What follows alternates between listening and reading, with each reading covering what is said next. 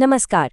आज हम एक बहुत ही दिलचस्प कहानी को समझने की कोशिश करेंगे, एक ऐसे अटूट बंधन की कहानी।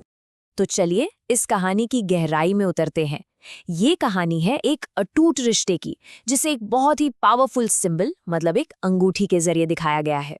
तो कहानी की शुरुआत होती है सूरज और ईशा के साथ। अब ये दोनों फिजिकली तो एक दूसरे से दूर है, लेकिन इमोशनली वो एक ऐसी अंगूठी से बंधे हुए हैं जिसे वो चाहकर भी नहीं उतार सकते। और सबसे कमाल की बात जानते हैं क्या है? उनका जो ये कनेक्शन है ना, वो एक ही वक्त पर एक जैसे दर्द के जरिए दिखाया गया है। सोचिए, दोनों हैं तो अलग अलग जगहों पर, लेकिन जो तकलीफ है वो उन्हें एक साथ हो रही है। और सूरज का क्या कहना है वो देखिए। वो कहता है कि भाई ये अंगूठी कोई मामूली मेटल का टुकड़ा थोड़ी है, ये तो उनके इमोशनल कनेक्शन का जीता जागता सबूत है। एक ऐसा सबूत जो किसी भी जोर जबरदस्ती के आगे झुकने को तैयार ही नहीं है। अच्छा, एक तरफ तो ये सब चल रहा है और दूसरी तरफ इस पूरी जुदाई का जो आर्किटेक्ट है वो अपनी चाल को कामयाब होते देख रहा है। जी हाँ, अब कहानी में एंट्री होती है ईशा के बहुत ही पावरफुल पिता गुलाब सिंह की।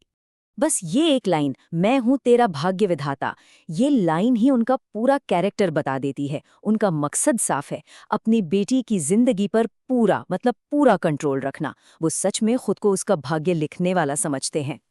तो गुलाब सिंह का जो प्लान है वो कोई छोटा मोटा नहीं है, एकदम कैलकुलेटेड है, स्टेप बाय स्टेप।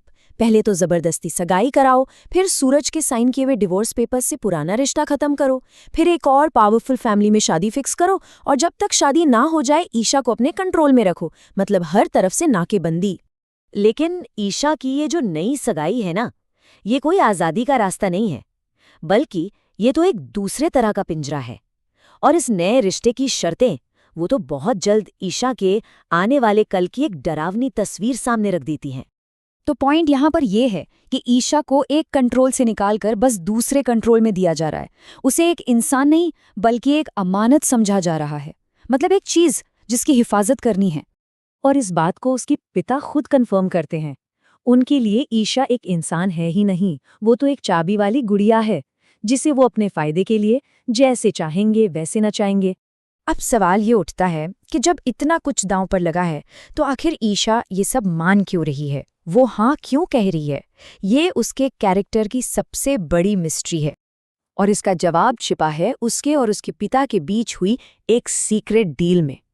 पता चलता है कि उसकी ये जो रजामंदी है, ये एक बहुत ही दर्दनाक सौदे का हिस्सा है। असल में ईशा ये सब कुछ, ये पूरी कुर्बानी सूरज के लिए दे रही है। वो अपनी आज़ादी का सौदा कर रही है सिर्फ इसलिए ताकि सूरज की जिंदगी बच सके और उसका आईएएस ऑफिसर बनने का सपना पूरा हो सके। और ठीक उसी वक्त जब ये सौदा पक्का हो चुका होता है, कहानी में एक जबरदस्त ट्विस्ट आता है। सूरज उन सब का सामना करने के लिए ठीक उसी रस्म के बीच में पहुंच जाता है। सूरज को वहां देखकर ईशा अपने अलग होने का नाटक बनाए रखने की पूरी कोशिश करती है। वो उसे दूर धकेलती है, ये जताने के लिए कि अब उनके बीच कुछ नहीं रहा। पर सूरज वो ईशा की दिखाई इस कागजी सच्चाई को मानने को तैयार ही नहीं है। वो साफ साफ कहता है कि दुनिया का कोई भी कागज दिल के रिश्ते को नहीं मिटा सकता। और यहीं पर शुरू होता है असली टकराव। एक तरफ है गुलाब सिंह की ताकत, उसकी धमकी, और दूसरी तरफ है सूरज का इमोशनल जवाब, उसका प्यार से मिला हौसला। ये ब्रूट फोर्स और इमोशनल स्ट्रेंथ के बीच की सीधी टक्कर है। तो कहानी हमें एक ऐसे मोड़ पर लाकर खड़ा कर देती है जहां एक बहुत बड़ा सवाल हमारे सामने है।